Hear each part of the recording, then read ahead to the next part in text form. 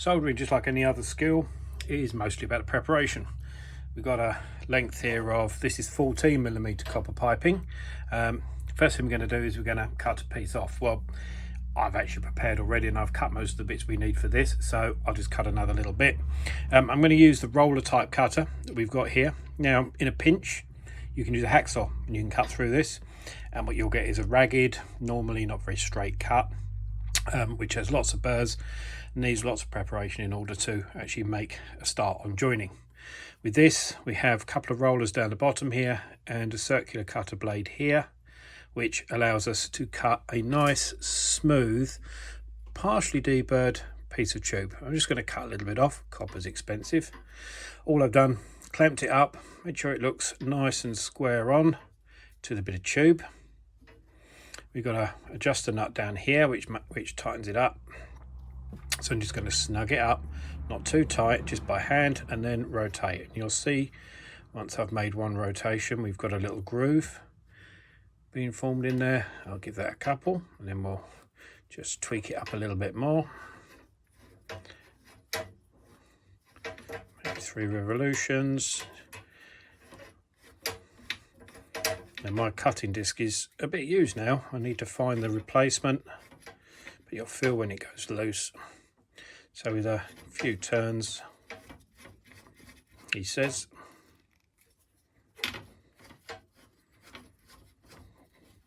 definitely need a sharper disc. There we go. So what we have now is a nice, slightly radius cut edge here. It would be better if I had a newer disc. Still got a little bit of a lip which I'll just have to clean up. Most of the material, most of the burr has been pushed on the inside. So what you would do, just one of these little deburring tools, get that in there, and just don't push too hard with copper. Copper's very soft, so just light pressure, a few turns in there, and that will just get rid of that burr on the inside. Next step with plumbing, cleanliness. So if I was going to solder this piece of pipe, what I'll then do is get some Scotch-Brite, just a medium grit Scotch-Brite, and I don't care how clean or new your piece of piping is, always give it a nice rub with Scotch-Brite, and you can see the difference. The area that I haven't cleaned and the area that I have cleaned. This is beautifully clean and shiny. Any burrs have been removed from the edge, which will enable it to fit inside the fitting so that we can then make the solder joint. We're going to make what you could call a test loop. So I've already pre-prepared some of it. We've got the U made. We've got 2 joints here down the bottom, 4 solder connections altogether. These are just 90s, they're not swept 90s, so they're quite sharp 90s. Just a basic solder type fitting as you would find. These aren't what you call a York fitting.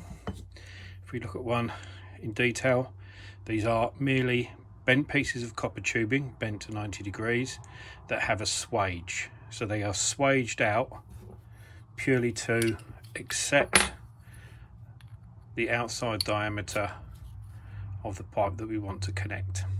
So we're very tight, close tolerances around there, just a really fine gap in between the pipe and the actual fitting itself, and that's actually quite important because that's going to help draw the solder in.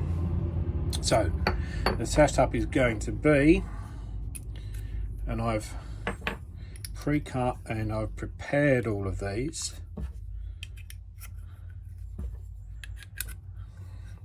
So I've cleaned the insides of each one of these up, cleaned the insides of here, just run some Scotch-Brite around it. I've polished the ends of the pipe so we can produce this kind of T-piece. And what's going to happen is they are going to go onto there, which will be a bit of a wiggle. There we go, like so. Each joint's going to be soldered and it will be finished with one piece of pipe which goes in here. The idea behind this is this would be a test piece to check your soldering. You'd be able to put a little attachment on here which would allow you to pump some low pressure air into the assembly. Then you would just immerse it in a bucket of water and look for bubbles, and that would tell you whether you've got successful solder joints. So we're going to look at getting this soldered together. Now, I'm not ready to do that yet. I've cleaned everything up. we've got a nice fit. In fact, as you'll see, it's quite difficult to get it apart, which is always a good sign. Now with soldering, what I need to do is flux. Flux is really important because flux allows you to get the solder to penetrate through and prevent any oxidation of the copper as we heat it. And copper really wants to oxidize. Quite a reactive material, so when it's exposed to the oxygen and the high temperature of the flame, it's going to oxidize pretty quickly. So I've got just some general purpose flux here. It's a universal flux for use with tin solder. It's exactly the sort of thing we're likely to have. You can get it liquid form, you can get it in a jelly type form. Kind of looks a bit like a grease, to be honest. And it's as simple as applying it carefully and get it open to each of the components. So it's on a little brush in this one. This is a liquid format, and we're going to be quite generous. If you read the instructions, it tells you to apply flux to both surfaces to be joined. My preference actually is to put lots onto one piece, put it where it needs to go, and give it a few nice turns to make sure we've got liberal coatings on both sides. So we're going to continue to do that.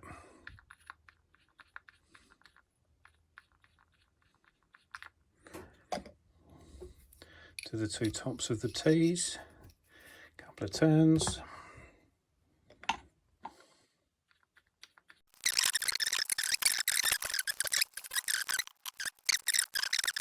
Now I'm going to deviate slightly from what I've told you here. I'm going to do, when I put the final assembly together, I'm actually going to flux internally and externally. The only reason I'm going to do that is because I'm not able, once this is assembled, to give it a twist. So I just want to be absolutely positive I've got flux everywhere. Always make sure the lid's on, you don't want to spill that. Now this is going to be a bit tricky.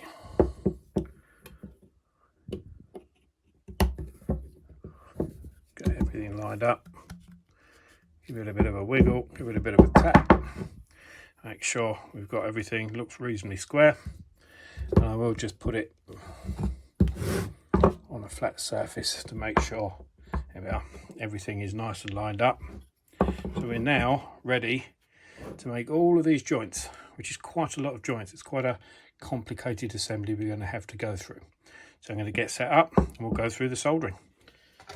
Right, so we're going to use a butane and propane mixed torch, just a standard kind of piezo ignition torch, really useful. Always worth having one of these kicking around somewhere in the workshop just to apply light heat to something. Also really good for the kitchen if you want to get that little bit of caramelization, but obviously have a separate one for the kitchen, otherwise you're going to get in trouble. So what we're going to do is we're going to have to apply heat to these areas. As you can see, I've got it slightly lifted off the workbench. My workbench is wooden. If you've got a steel workbench, it's actually even worse. So what we'll do is the steel will just take all the heat away, and it will take like 3 canisters of gas before you're going to reach any kind of temperature. Now, one of the tricks with soldering, and one of the mistakes which a lot of people make, is they apply, let's have an artificial flame here. Here's our flame, look. They will apply the flame to the joint, and they will play the flame purely on the joint. They will have the solder close or even in contact with it, and very quickly the solder will get to the point where it will melt and it'll start to sort of flow a little bit, and you might even have a full ring of solder going all the way around. And that's fine until you expose it to any kind of loadings, even just pressurizing it with water. And what you generally find is solder hasn't leached all the way along to the end of the joint. Instead, what we're going to do here is we're going to try and apply heat liberally. So I really want this area from about here to here to here to get up to temperature so that I can facilitate making all of these joints. I'm going to get some heat into it first of all. Then I'm going to start concentrating at one end, and I'll just follow the heat around to each of the individual joints until I've finished.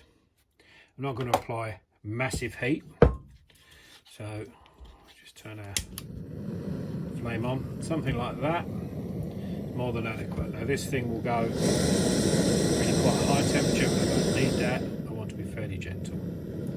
So we'll just start.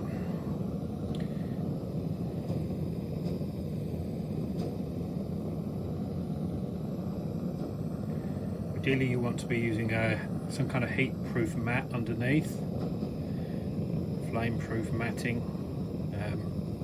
This, you just see that flux there flashing over, liquid in it boiling off, tells us we're getting up to temperature. Just see that on each of the individual ones.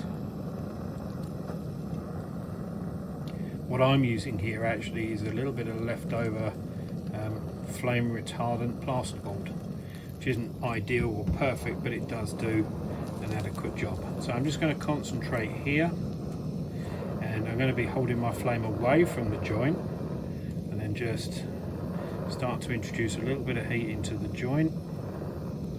I'm never going to hold the flame on the joint when I apply the solder.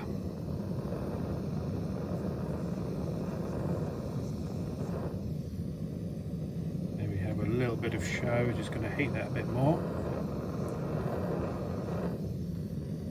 And you can see the solder just wicks into there quite nicely. Move rapidly along to the next one. A little bit of solder, just wetting the top. Oopsie. And you just see that flashed in. See if we can see that better on this one. Not applying excess solder. We don't need gallons of the stuff pouring in.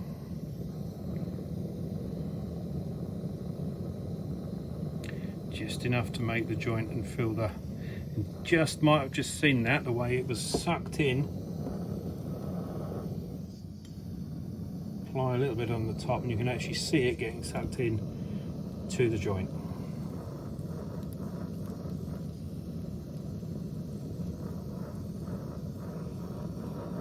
If you get too much in there, which is easily done, you'll just end up with a blob on the bottom of the joint. Structurally it has no problems, it's no issues with that, although it looks ugly. See that just disappear in there? Go for the last one.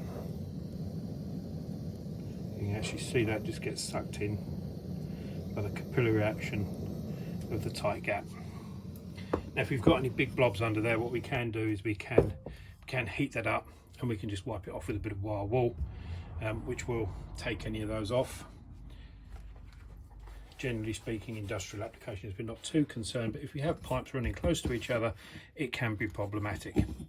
And what we'll see, if we look end on some of these joints, we can just see the remnants there of a bit of the flux, and you'll see a silver line working its way all the way around. Same with all of them, just do a visual inspection, silver line all the way around.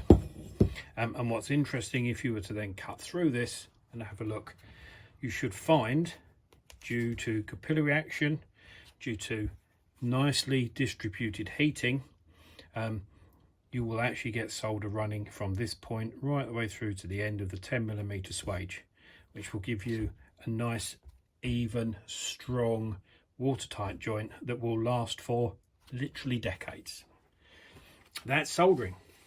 Light heat, a little bit of solder, good application of flux, and most importantly, cleanliness.